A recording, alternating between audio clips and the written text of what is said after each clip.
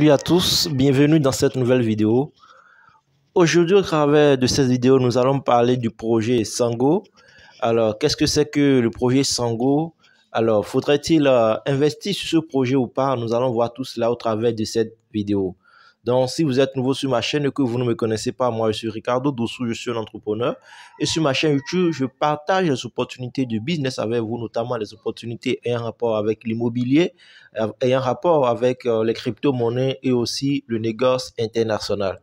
Donc, si vous-même vous êtes intéressé par l'une de ces thématiques, ce que vous allez simplement faire, c'est de vous abonner et de cliquer sur la cloche de notification pour ne rien rater, afin que chaque fois que nous ferons quand même sortir nos vidéos, vous puissiez être les toutes premières personnes à pouvoir visualiser ces vidéos-là. C'est très important, les amis.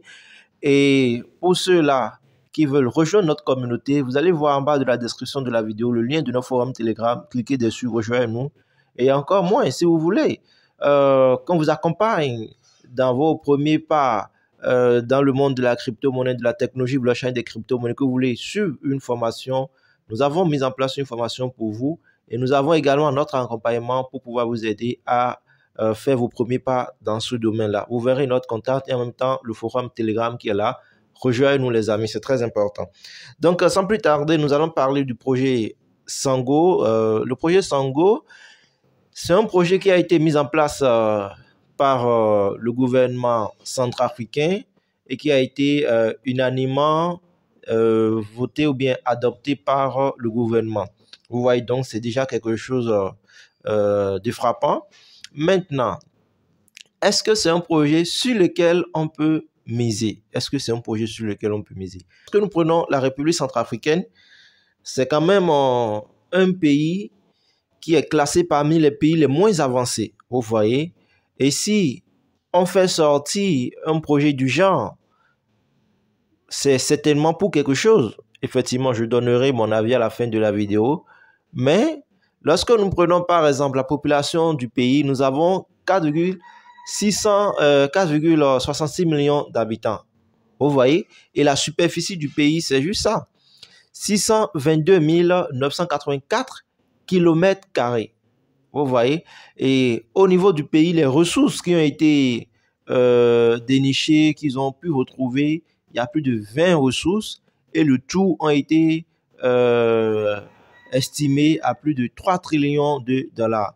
Donc, c'est quand même pas petit, c'est beaucoup d'argent, vous voyez.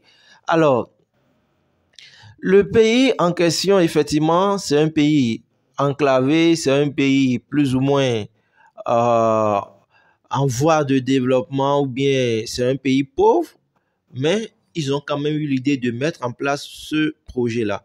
Donc, le projet Sango, c'est un projet qui se permet de venir dématérialiser d'abord l'administration, non seulement ça, mais tokeniser les ressources du pays. Vous voyez, venir tokeniser les ressources du pays pour que tous, autant que nous sommes, vous et moi, si nous voulons, nous pouvons participer et avoir des parts, vous voyez, dans ce pays-là, en contrepartie de ces ressources. Donc, c'est quelque chose qui est quand même intéressant. Alors, ici, le programme a été développé de telle sorte que lorsque vous venez, vous allez pouvoir effectivement avoir des retombées, mais lorsque vous allez investir votre argent, c'est que vous investissez dans la construction d'un projet donné. Et ils ont même mis en place un projet, une ville futuriste. Vous voyez par exemple, lorsque ce que vous voyez par exemple à l'écran comme ça, vous voyez c'est leur vision, c'est ce qu'ils voudraient quand même créer pour que ce pays-là soit vraiment un pays attractif et que ce pays puisse quitter de l'ornière du sous-développement. Vous voyez, donc ici, lorsque nous défilons un peu, c'est quand même joli ce que nous voyons là, hein, vous voyez. Donc voilà un peu, vous voyez. Donc c'est quand même quelque chose qui frappe à l'œil et qui interpelle. Et c'est quelque chose qui est bel et bien réalisable. Lorsque vous prenez le cas de Dubaï, comparé de Dubaï 1980 à aujourd'hui, c'est pas la même chose, les amis. Vous voyez, mais il faut toujours commencer par un pas. Nous avons le Sango qui est adossé au Bitcoin.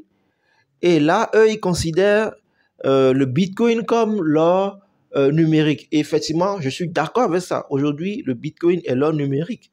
Vous voyez? Et le projet Sango Coin est adossé au Bitcoin. Et il y a aussi cette possibilité-là, effectivement, que lorsque vous voulez, par exemple, avoir de l'interaction avec l'État, vous allez pouvoir utiliser l'application Sango Coin. Et cela, ça va vous permettre, ça va vous permettre de pouvoir, par exemple, avoir, par exemple, l'obtention de la citoyenneté centrafricaine, si vous voulez bien l'avoir, ou soit la résidence permis, ou soit bon, la résidence permanente, ou soit l'e-résidence, ou soit pour pouvoir acheter du terrain. Vous voyez? Alors, il y a aussi des avantages que vous avez lorsque vous voulez, par exemple, lorsque vous détenez les pièces Sango. Vous voyez, il y a bien des avantages que vous possédez ou bien que vous avez. Par exemple, lorsque vous avez les pièces Sango, par exemple, vous êtes éligible aux différents programmes qu'ils ont mis en place. Il y a le programme de citoyenneté, donc vous allez pouvoir devenir un citoyen centrafricain. Il y a le programme de résidence électronique, vous voyez. Et il y a aussi le programme de l'acquisition de terres. Donc vous pouvez aussi avoir des terres sur le territoire national, vous voyez. Mais il faut savoir que tout cela répond quand même, avant de pouvoir avoir accès à tout cela, ça répond à certaines exigences que vous devez quand même respecter. Et ici, lorsque vous achetez vos pièces Sango Coin, vous allez pouvoir faire quoi? Vous allez pouvoir verrouiller les pièces Sango Coin pour un nombre de temps. Donc, c'est de 3 ans à 10 ans, bien sûr, si je ne me trompe pas, bien sûr, hein, de 3 ans à 10 ans. Et ce qui est intéressant, c'est qu'ils vont lancer rapidement, donc le 25 prochain, donc dans 5 jours probablement, ils vont lancer le premier Genesis. Vous voyez, il y aura le premier Genesis qui sera effectif le 25 juillet. Et comme vous le savez déjà, bon, pour ceux-là qui ne le savent pas, lorsque nous prenons par exemple pour le Bitcoin, le premier Genesis block, le Genesis block du Bitcoin a été effectif par exemple le 3 janvier. Le 3 janvier 2009 à 18h15. Vous voyez? Et peut-être vous qui suivez cette vidéo, vous ne savez même pas qu'il y avait quelque chose du genre qui se passait en ce moment-là, qui allait révolutionner le monde. Vous voyez? Et même moi qui suis ici, je ne savais absolument rien de tout cela. Vous voyez? Donc c'est comme ça. Et pour la Centrafrique, ça va être effectif le 25 juillet prochain. Et lorsqu'on parle de Genesis Block, il faut savoir que c'est le premier bloc qui sera lancé. Vous voyez, je vais vous montrer, c'est un peu comme une chaîne. Hein. Donc, sur la chaîne, vous voyez ce que vous voyez à l'écran comme ça. Sur la chaîne comme ça, il n'y a encore rien. Maintenant, le premier qui sera lancé sur la chaîne, vous voyez, le premier bloc qui sera lancé sur la chaîne, c'est ça qu'on appelle le Genesis Block. Et le Genesis Block, le jour où vous lancez ça, c'est en ce moment que vous faites l'ouverture officielle de la chaîne. Ça passe à un autre bloc, ainsi de suite, ainsi de suite, ainsi de suite. Vous voyez, c'est comme ça. Mais le premier Genesis Block sera lancé pour le Sango Coin. Pour le Sango, le premier Genesis Block du Sango sera lancé le 25 juillet prochain. Pour ceux-là qui vont participer au Genesis Block, vous ne pouvez participer à ça qu'avec $500. Donc, il vous faut nécessairement avoir au moins $500 pour pouvoir participer à ça. Maintenant, pour ceux-là qui vont participer aux autres cycles, vous avez cette possibilité de pouvoir y aller avec $100. Et le premier cycle, vous voyez, regardez, c'est à partir de 10 centimes. Vous voyez, après, vous avez 15 centimes de dollars et puis 45 centimes de dollars. Donc, c'est quand même intéressant pour tous ceux-là qui vont y participer lors du lancement, donc le 25 prochain. Et en dehors de ça, il y a pas mal de choses hein, sur l'application, donc le portefeuille. Il y a les monnaies qui seront utilisées, par exemple, les monnaies qui seront utilisées sont, par exemple, l'USDT, le BNB, l'Ethereum, le Bitcoin. Vous voyez, ce sont ces monnaies-là qui seront utilisées sur le portefeuille. Et ici, nous avons déjà au niveau du projet. Regardez ici, au niveau de la feuille de route, hein, vous voyez. Alors, il y a le cas juridique, bien entendu, qui est très important puisque c'est un projet gouvernemental. Donc, il faut nécessairement qu'il y ait un cas juridique. Donc, le cas juridique est là et c'est le gouvernement qui a adopté à l'unanimité le projet.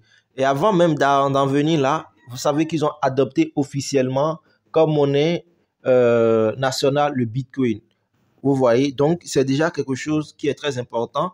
Et là, déjà, ça veut dire que quelqu'un qui veut se positionner sur ce projet peut se positionner sur le projet puisque c'est également le gouvernement du pays qui l'a mis en place. Et non seulement ça, mais le projet repose sur les ressources naturelles du pays. Vous voyez? Et c'est ça. Vous voyez? Ce sont là, par exemple, les ressources naturelles du pays. Nous avons l'or, nous avons le fer, nous avons l'uranium, nous avons le diamant, nous avons le graphite et puis le calcaire. Vous voyez? Donc, voilà un peu les ressources naturelles du pays qu'ils ont répertoriées là et ils ont même chiffré chaque ressource. Vous voyez? Donc, c'est pas un projet qui est lancé à volo, c'est pas un projet qui est lancé en l'air, non, mais c'est bel et bien un projet qui repose sur des ressources du pays. Et lorsque nous prenons ici, par exemple, lorsque nous prenons les infrastructures qu'ils comptent quand même mettre en place, c'est des choses qui vont quand même améliorer le quotidien du peuple lambda. Vous voyez? Et ça va donner un autre visage au pays centrafricain. Personnellement, je dis oui, c'est possible que cela puisse arriver. Puisque si je prends sur toute la planète entière aujourd'hui, c'est eux qui sont en train d'expérimenter véritablement cela. Bien vrai, le Salvador a adopté le Bitcoin, mais le Salvador n'a pas lancé des infrastructures aussi grandioses que la Centrafrique est en train de faire. Et le Salvador n'a pas aussi créé une monnaie qui est adossée, par exemple, à ses ressources. Vous voyez? Mais ici, nous avons les ressources qui sont tangibles et le projet qui a été mis en place repose sur ces ressources-là. Vous voyez, donc c'est quelque chose quand même d'intéressant. Vous voyez un peu.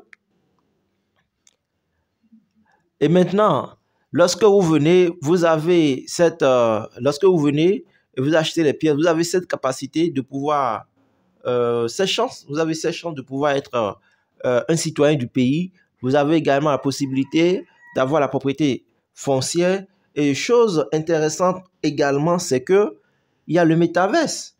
Vous voyez, il y a le métaverse, on inclut le métaverse dans le projet. De telle sorte que le projet qui sera mis en place, c'est un projet où les parcelles virtuelles que vous avez, ce sont des parcelles qui sont effectivement représentées dans la vraie vie. Ce sont des parcelles physiques. Vous voyez, ce que vous avez en physique, c'est ça que vous avez également dans le monde virtuel.